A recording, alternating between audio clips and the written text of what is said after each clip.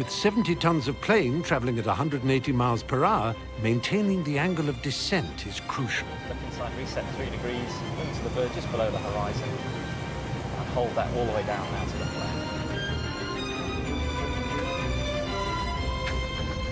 50, 40, 30, 20, retard, retard.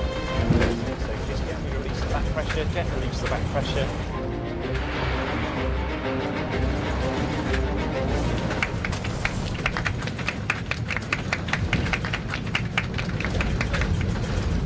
Got to make round of applause as well. Yeah, that was for you, I think. Yeah, I just landed that. Ryan may have impressed his buddies, but next time he'll be flying 180 passengers who'll expect to land first time.